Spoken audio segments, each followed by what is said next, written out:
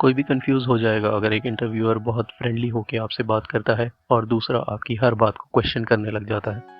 क्या कभी आपने ऐसी सिचुएशन फेस की है अपने इंटरव्यू में? इस स्ट्रैटेजी को बोलते हैं good cop bad cop strategy. अगर आपने मेरा वीडियो एक से ज़्यादा बार देखा है तो शायद यूनिवर्स भी चाहता है कि आप जल्दी से सब्सक्राइब कर लो। So hi, I'm Swapnil Ingle, alumnus of IIM Lucknow, and during my interviews मैंने लखनऊ, शिलोंग, उदयपुर, रांची और सारे कैप राउंड्स के IIM क्लियर किए थे और उसके साथ SIBM और SCM HRD भी। मेरे MBA जर्नी में ऐसे काफ़ी इंटरव्यूज़ थे जहां एक इंटरव्यूअर मुझे सपोर्ट कर रहा था, द गुड कॉप, जबकि दूसरा थोड़ा चैलेंजिंग था, द बैड कॉप। और कभी कभी होता है एक साइलेंट कॉप भी जो सिर्फ ऑब्जर्व करता है, कुछ कहता नहीं। सबसे पहले समझ लेते हैं कि ये डायनेमिक स्ट्रेटजी क्या होती है। गुड कॉप फ्रेंडली और सपोर्टिव दिखता है, जबकि बैड कॉप थोड़ा क्रिटिकल अप्रोच लेकर आता है। ये एक साइकोलॉजिकल स्ट्रेटजी है कैंडिडेट्स के प्रेशर हैंडल करने की क्वालिटी को देखने के लिए। और फिर होता है साइलेंट कॉप, जो सिर्फ देखता है और कुछ बोलता नहीं। वो ऑब्जर्व करता है आपके रिएक्शंस, रिस्पॉन्सेज और बॉडी लैंग्वेज को। ये एक एक्सपेरिमेंट है जो क्रिमिनल नेगोशिएशंस में यूज़ की जाती है, इसीलिए इसका नाम ऐसा है।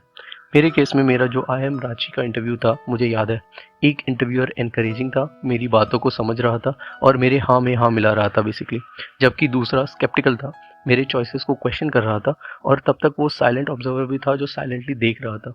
तो फिर ये सिचुएशन को टैकल कैसे करते हैं? फर्स्ट है काम रहो। सबसे ज़रूरी है काम रहना।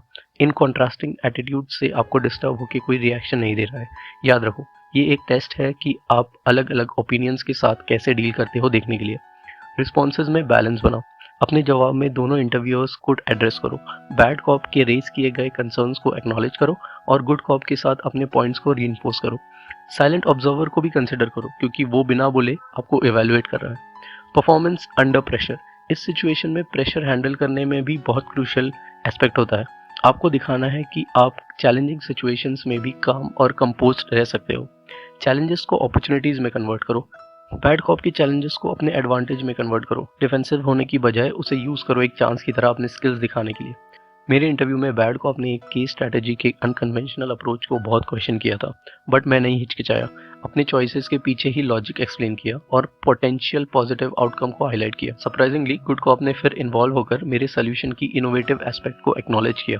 बट यहाँ पर भी ये ध्यान रखना है कि इससे ज़्यादा ओवर एक्साइटेड नहीं होना चाहिए, क्योंकि हो सकता है कि वो जानबूझकर आपके गलत पॉइंट को रीइंफोर्स कर रहे हो, बस ये देखने के लिए कि क्या तुम एक्चुअल में सिचुएशन एनालाइज कर रहे हो या बस सामने वाले के अप्रूवल के लिए चीज़ कर रहे हो। और साइलेंट ऑब्जर्वर ने भी देखा कि मैं अंडर प्रेशर के बावजूद भी अपने पॉइंट्स को इफेक्टिवली कम्युनिकेट कर रहा था विद अ पॉजिटिव पॉइंट।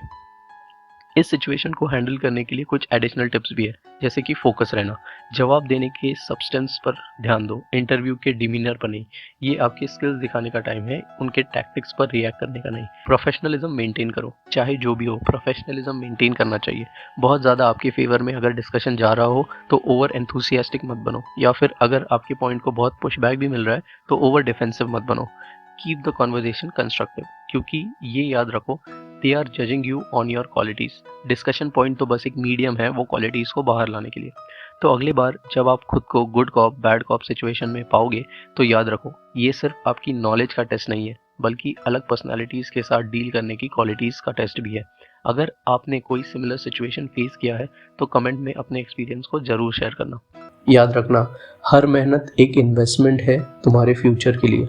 तो कीप पुशिंग, कीप लर्निंग, और कौन जाने तुम्हारे सफ़र कहाँ तक ले जाएगा।